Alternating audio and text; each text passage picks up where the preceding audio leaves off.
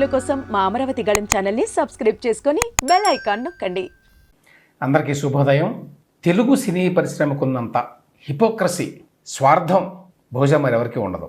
చాలా కాలం నుంచి చూస్తున్నాం మనం, ఎస్పెషల్లీ 2014 నుంచి, ఇంకా చెప్పాలంటే 2009 నుంచి కూడా. సినిమా పరిశ్రమలో ఉన్నవాళ్ళు రాష్ట్రంలో రాజకీయ సామాజిక అంశాల మీద తప్పనిసరిగా అభిప్రాయాలు వ్యక్తం చేయాల్సిన అవసరం లేదు. దానివల్ల అనవసరంగా ప్రజల్లో కొంతమంది ఇష్టపడతారు, మరి కొంతమంది ఇష్టపడరు. అందువల్ల వాళ్ళు దూరంగా ఉన్నారనుకోండి, వీటన్నిటికీ దాన్ని అర్థం చేసుకోవచ్చు. అందువల్ల 2014లో కావచ్చు, అంటే రాష్ట్ర విభజన సమయంలో కావచ్చు, ఆ తర్వాత కావచ్చు, తెలుగు సినీ పరిశ్రమలో ఉన్న పెద్ద పెద్ద హీరోలు అనుకునేవాళ్ళు, పెద్ద పెద్ద నిర్మాతలు, పెద్ద పెద్ద దర్శకులు, నటులు, వీళ్ళందరూ కూడా వాళ్ళ అభిప్రాయాలు వ్యక్తం చేయలేదు అంటే అది అండర్స్టాండబుల్.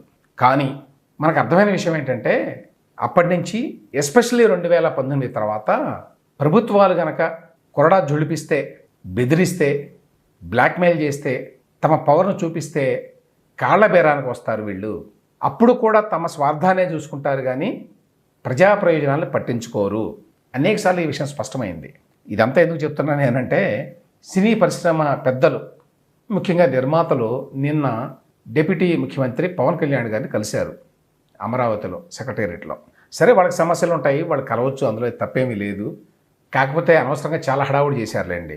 నిన్న వాళ్ళు ప్రత్యేకమైన ఫ్లైట్లో, స్పెషల్ ఫ్లైట్లో బయలుదేరారని, సినీ పరిశ్రమకు చెందినటువంటి అనేక సమస్యల గురించి చర్చిస్తారని, ఇట్లా కొంత హైప్ క్రియేట్ చేశారు. చివరికి వాళ్ళు వచ్చి ఊరికినే పవన్ కళ్యాణ్ గారిని కాసేపు కలిసి కులాసగా కబుర్లు చెప్పుకున్నారు.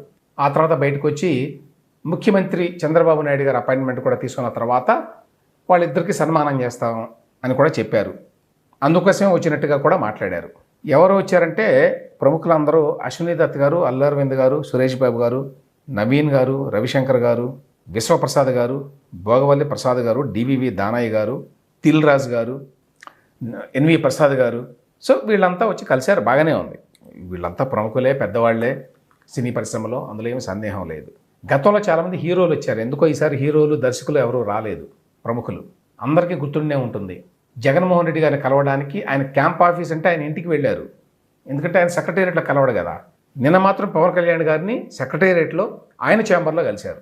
అప్పుడు జగన్మోహన్ రెడ్డి గారిని కలవడానికి వెళ్ళిన వాళ్ళల్లో పెద్దవాళ్ళంతా ఉన్నారు. చిరంజీవి గారు, దర్శకుడు రాజమౌళి గారు, మహేష్ బాబు కూడా, ఇట్లా చాలామంది ప్రముఖులు ఉన్నారు. అందరూ నమస్కారం పెట్టి ఎంతో వినయంతో ఆయనతో మాట్లాడారు. ఆయన చిద్విలాసంగా నవ్వుతూ కుర్చీలో కూర్చొని ఆయన విన్నాడు వాళ్ళు చేసుకున్న విన్నపాలని. ఆ తర్వాత వాళ్ళు బయట నుంచి నడుచుకుంటూ వెళ్లాల్సి వచ్చింది, నడుచుకుంటూ బయటకు రావాల్సి వచ్చింది. ఇట్లాంటివన్నీ కూడా వార్తలేవో వచ్చినాయి. మొత్తంగా ఏమిటంటే, జగన్మోహన్ రెడ్డి గారు సినిమా ఇండస్ట్రీలో పెద్ద పెద్ద హీరోలు, పెద్ద పెద్ద దర్శకులు అని చెప్పుకునే వాళ్ళందరినీ కూడా తన కాళ్ళ దగ్గరికి తెచ్చుకున్నాడు అనేటువంటి ఒక ఇమేజ్, ఒక ఇంప్రెషన్ ఇచ్చారు. ఎందుకంటే ఆ లోపల వీడియోని రిలీజ్ చేసింది కూడా అఫీషియల్గా అప్పటి గవర్నమెంటే, అంటే ఉద్దేశపూర్వకంగానే చేశారు. చిరంజీవి గారు నమస్కారం పెట్టి ప్రాధేయపడ్డం జగన్మోహన్ రెడ్డిని. ఎందుకు ఇదంతా జరిగింది అంటే, జగన్మోహన్ రెడ్డి మొట్టమొదటిసారిగా ఒక ముఖ్యమంత్రి, ఒక ప్రభుత్వం సినిమా వ్యవహారాల్లో జోక్యం చేసుకొని, ఇదిగో మాకు పవర్ ఉంది, మేము కావాలి అనుకుంటే మీ సినిమాలు ఆడకుండా చేస్తాం, మీ థియేటర్లు నడవకుండా చేస్తాం అనేటువంటి మెసేజ్ని ఇవ్వగలిగారు. దెబ్బకి అందరూ కాళ్ళబేరానికి వచ్చారు. మహామహులంతా టికెట్ రేట్లు పెంచుకుంటాం, దయచేసి ఒప్పుకోండి, షోస్ 5-6 వేసుకుంటాం రిలీజ్ చేసిన కొత్తల్లో, దయచేసి మీరు అప్రూవల్ ఇవ్వండి, మా థియేటర్ల మీద దాడులు చేయొద్దు, ఇవన్నీ చేసి అందరినీ కూడా కాళ్ళబేరానికి తెచ్చుకున్నాడు ఆయన. అంతకుముందు ఎన్నో ప్రభుత్వాలు ఉన్నాయి, కాంగ్రెస్ ప్రభుత్వాలు కావచ్చు, తెలుగుదేశం ప్రభుత్వాలు కావచ్చు, బోల్డంతమంది ముఖ్యమంత్రులు. ఎవరో కూడా ఈ స్థాయిలో సినీ పరిశ్రమని తమ కంట్రోల్లోకి తెచ్చుకోవాలా, ఇంత భయపెట్టాలా, ఈ రకంగా బ్లాక్మెయిల్ చేయాల. జగన్మోహన్ రెడ్డి ఒకటి ఏమిటి ప్రూవ్ చేశాడు ఆయన అంటే, ఈ పెద్ద పెద్ద హీరోలు, పెద్ద పెద్ద దర్శకులు అని చెప్పుకునే వాళ్ళంతా కూడా చివరికి వాళ్ళు చాలా స్ట్రామెన్ అన్నమాట. వాళ్ళకి అంత సీన్ ఏమీ లేదు, నా ముందు మీరంతా ఎంత, అధికారంలో ఉన్న ఒక రాజకీయ నాయకుడి ముందు మీ హీరోయిజం ఎందుకు పనికిరాదు అని రాష్ట్ర ప్రజలకు కూడా చెప్పాడు. ఈ అభిమానులు ఉంటారు చాలామంది, వాళ్ళ హీరోలు సూపర్ హ్యూమన్ అన్నట్టుగా భావిస్తారు కదా, అదంతా ఏమీ లేదు, వీళ్ళు ఆర్డినరీ హ్యూమన్ బీయింగ్స్ కంటే కూడా ఇంకా తక్కువ అన్నట్టుగా ఆయన ప్రొజెక్ట్ చేయగలిగాడు.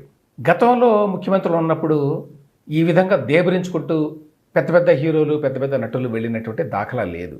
మొదటిసారిగా జగన్మోహన్ రెడ్డి గారు ఉన్నప్పుడే జరిగింది. అంతేకాదు ప్రతిసారి సినిమా రిలీజ్ అప్పుడల్లా ముఖ్యమంత్రి గారిని ప్రసన్నం చేసుకోవడానికి, అధికార వైఎస్ఆర్సీపీని ప్రసన్నం చేసుకోవడానికి ఆయా హీరోలు లేక నిర్మాతలు లేక దర్శకులు పాపం చాలా కింద మీద పడేవాళ్ళు. ఇంకొక పక్కన సినిమా ఇండస్ట్రీలో కొంతమంది వైఎస్ఆర్సీపీలో ఉన్నారు, కొంతమంది టీడీపీలో ఉంటారు. అశ్విని దత్ గారు, రాఘవేంద్రరావు గారు ఇట్లాంటి వాళ్ళు బయటకు వచ్చి ఓపెన్గానే అప్పుడు కూడా మాట్లాడారు. ఈవెన్ ఆదిశేషగిరిరావు గారు కూడా వీళ్ళు ఓపెన్గానే అప్పట్లో చాలా విషయాల మీద మాట్లాడారు. రాజధాని విషయంలో మాట్లాడారు. ఆ తర్వాత చంద్రబాబు నాయుడు గారిని మరి దారుణంగా అరెస్ట్ చేసినప్పుడు, ట్రీట్ చేసినప్పుడు ఆయన్ని జైల్లో కూడా బయటకు వచ్చి మాట్లాడారు ధైర్యంగా.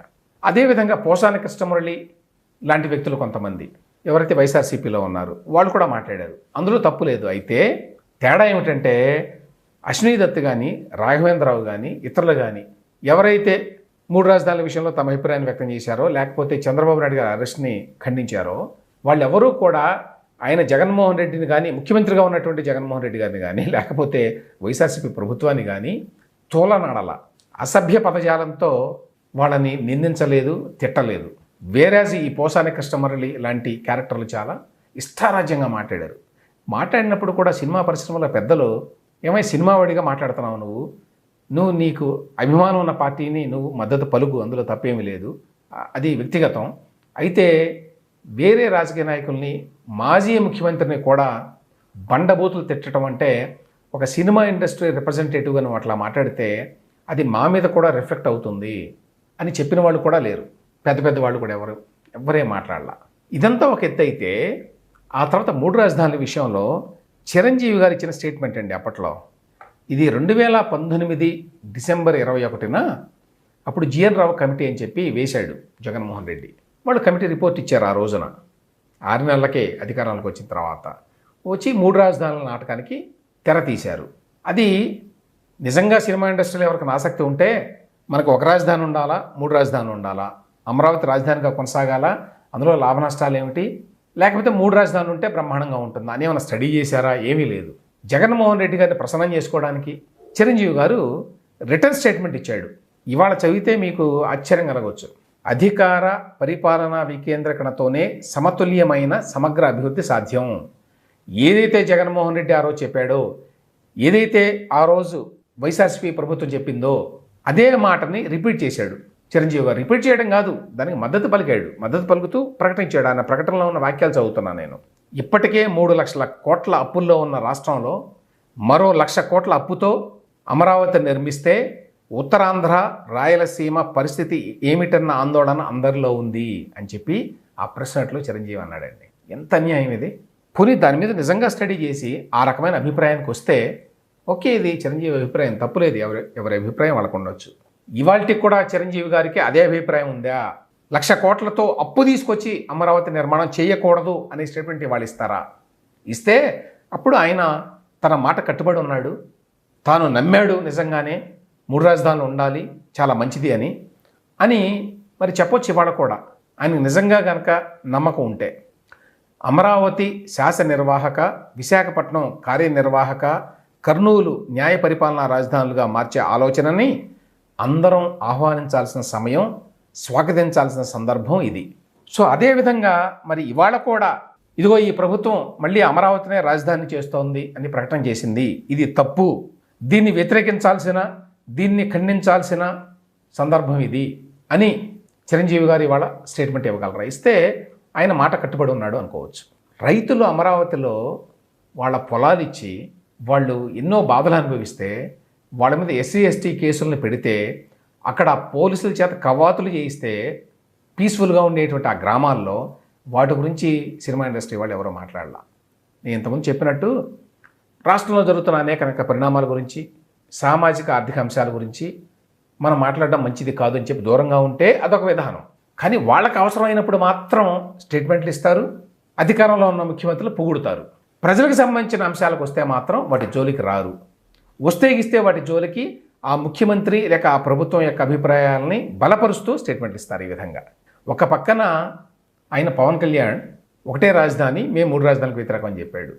కానీ చిరంజీవి ఏమో లేదు 3 రాజధానులు బ్రహ్మాండం అని చెప్పాడు. అంతేకాదు అమరావతి నిర్మిస్తే ఉత్తరాంధ్ర, రాయలసీమ పరిస్థితి ఏమిటి అని చెప్పి ఆందోళన అందరిలో ఉంది అని చెప్పాడు. మరి ఇప్పటికీ ఆందోళన ఉందా ఆయనకి అనేది తెలియదు. ఒకటి. రెండవది, ఆ రోజున మరి పవన్ కళ్యాణ్ అమరావతికి వెళితే ఆయన్ని నిర్బంధించి దిగ్బంధనం చేసి వెళ్ళనీయకుండా ముళ్ళకంచెలు వేసి నానా రకాలుగా ఇబ్బందులు పెట్టారు. అదేవిధంగా రాష్ట్రంలో మిగతా చోట్లకి వెళ్ళినప్పుడు కూడా విశాఖపట్నం ఇట్లాంటి చోట్ల కూడా ఇబ్బందులు పెట్టారు. ఆయన సినిమా రిలీజ్కి సంబంధించి కావాలని కక్షపూరితంగా ఇబ్బందులు పెట్టారు. మరి అప్పుడెందుకు బయటకు వచ్చి మాట్లాడలేదు ఎవరు? అంత పిరికివాడు అన్నమాట తెలుగు సినీ పరిశ్రమకు చెందినటువంటి హీరోలు, దర్శకులు, నిర్మాతలు ఎవరైనా కావచ్చు. మీరు ఒక సిద్ధాంతాన్ని నమ్మితే దాని ప్రకారం వ్యక్తిగతంగా లాభం ఉన్నా లేకపోయినా సరే నా ఉద్దేశం ఇది, నా అభిప్రాయం ఇది అని ఇప్పుడు చెప్పొచ్చు, తప్పులేదు అందులో. అప్పుడు వాళ్ళ క్రెడిబిలిటీ ఉంటుంది. సో ఈ రకంగా రాష్ట్రంలో ఎన్నో అన్యాయాలు జరుగుతుంటే, ఎన్నో అక్రమాలు జరుగుతుంటే ఒక్క మాట కూడా మాట్లాడని సినీ ఇండస్ట్రీ పెద్దలు ఇప్పుడు మళ్ళీ పోలోమని వస్తున్నారు అనేది పాయింట్ ఇక్కడ. ఇందులో వచ్చిన వాళ్ళలో చాలామంది ఇంతకుముందు చెప్పినట్టు అశ్విని దత్ గారు ఇట్లాంటి వాళ్ళంతా కూడా గతంలో కూడా వాళ్ళు నిలబడ్డారు, వాళ్ళు ఏదైతే నమ్మారో దానికి. అందుకనే బహుశా ముందు వాళ్ళని పంపించారు, గతంలో కలిసిన వాళ్ళు రాకుండా పెద్ద పెద్ద హీరోలు. ఇప్పుడైనా కూడా సినిమా ఇండస్ట్రీకి ఏవో సమస్యలు ఉంటాయి, వాటిని పరిష్కరించాల్సిన బాధ్యత ప్రభుత్వానికి ఉంటుంది. దానికి సంబంధించి వాళ్ళు కలిసి చర్చలు జరుపుకోవచ్చు. ఇదంతా కూడా సహజం, దాన్ని అభ్యంతర పెట్టాల్సిన అవసరం ఏమాత్రం లేదు. కానీ ఒకటే పాయింట్ ఏమిటంటే తెలుగు సినీ పరిశ్రమకు చెందినటువంటి ఈ పెద్ద పెద్ద వాళ్ళంతా కూడా పిరికి వాళ్ళు, స్వార్థపరులు, హిపోక్రసీ వీళ్ళకి పైనుంచి కింద వరకు ఉన్నది. కాబట్టి వీళ్ళు ప్రజా సమస్యల గురించి ఎంత తక్కువ మాట్లాడితే అంత మంచిది.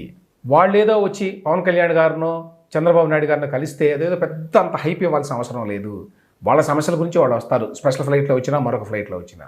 వాళ్ళకి అనవసరమైనటువంటి ప్రాధాన్యం ఇచ్చి మీడియా వాళ్ళు అదేదో ప్రజాసేవ కోసం వస్తున్నారు వీళ్ళు అన్నట్టుగా ప్రొజెక్ట్ చేయబోతున్నారు. సినీ పరిశ్రమలో ఉన్నటువంటి పెద్ద పెద్ద వాళ్ళందరికీ కూడా చాలా పరిమితులు ఉన్నాయి అనే విషయం మనకి గడిచినటువంటి 10-15 ఏళ్ళుగా స్పష్టంగా తెలిసిపోయింది. వాళ్ళ సినిమాల గురించి, వాళ్ళ ఆదాయాల గురించి, వాళ్ళ సినిమా రిలీజుల గురించి, టికెట్ల పెంపు గురించి, వాటి గురించి మాత్రమే వాళ్ళు వర్రీడ్ ఆర్ కన్సర్న్డ్, ప్రజా సమస్యల గురించి కాదు. కాబట్టి వాళ్ళేదో ప్రజలు ఉద్ధరించడానికి వచ్చి కలిసినట్టుగా ఫీల్ అవ్వాల్సిన అవసరం లేదు అనేది నా పాయింట్.